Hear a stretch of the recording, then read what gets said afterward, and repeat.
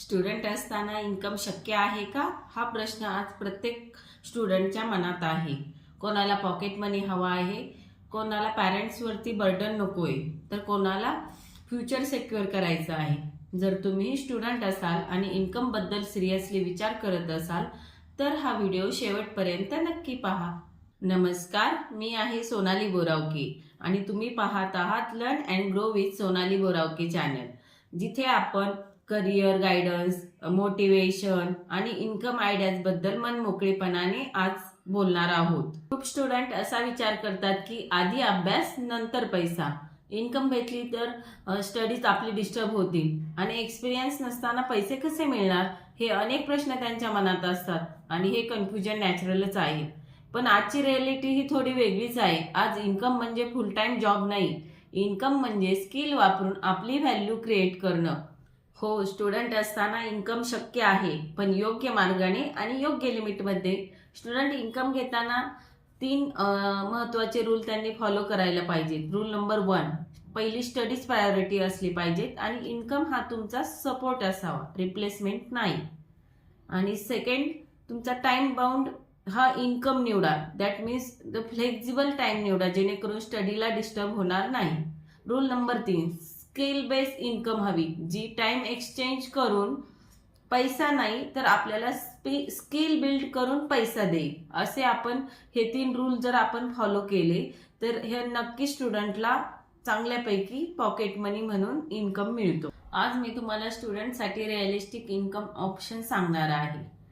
Option number 1, online freelancing, जे बिगिनरसाठी खूप user friendly राहतं, ज्यामध्ये आपण content writing, Canva designing, data entry, social media handling असे करू शकतो। याचा फायदा काय होतो, टाइम फ्लेक्झिबिलिटी राहते आपल्याकडे आणि स्किल प्लस एक्सपिरियन्स हे दोन्ही आपल्याला मिळतात। ऑप्शन 2, तुम्ही ऑनलाईन टीचिंग करू शकता, म्हणजे ऑनलाईन ट्युशन घेऊ शकता, assignment, help, concept explanation videos बनवू शकता स्टुडंटसाठी।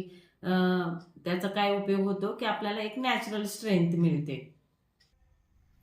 ऑप्शन 3, की तुम्ही डिजिटल कंटेंट क्रिएशन करू शकता, म्हणजे यूट्यूब झालं, इंस्टाग्राम रील्स झालं, एज्युकेशनल कंटेंट झालं, हे सगळं तुम्ही करू शकता। याने काय होतं, एक स्वतःचं पर्सनल ब्रँड बिल्ड होतं।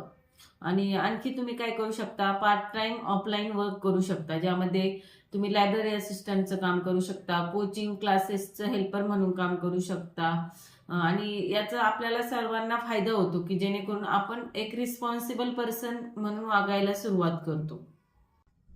स्टुडंट्सनी ह्या गोष्टी प्रामुख्याने टाळा। एक म्हणजे क्विक मनी स्कीम्स, आणि भरपूर इलिगल्स ॲप्स आहेत, तेही वापरू नका। आणि स्टडीज सोडून फुल टाइम काम करू नका। रात्री जागून अनहेल्दी रुटीन तर बिलकुल ठेवायचं नाही। सो इन्कम हे तुमचं फ्युचर बनवायला हवं, डिस्ट्रॉय करायला नको। तर स्टुडंट असताना इन्कम घेणं हे चुकीचं नाहीये, पण डायरेक्शन ही चुकीची असली तर नुकसान खूप होतं। सो आपण आज स्किल बिल्ड करून इन्कम कसा घ्यायचा आणि ते आपलं फ्युचर कसं स्ट्रॉंग करायचं हे मी तुम्हाला सांगितलं। सो आपण काय करूयात, इन्कम घेऊयात, स्किल बिल्ड करा, थोडाच इन्कम घ्या आणि आपलं फ्युचर स्ट्रॉंग करा।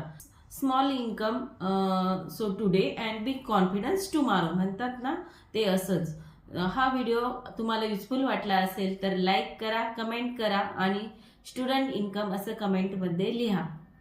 आणि अशाच प्रॅक्टिकल गायडन्ससाठी माझ्या चॅनलला सबस्क्राईब करा। थँक्यू।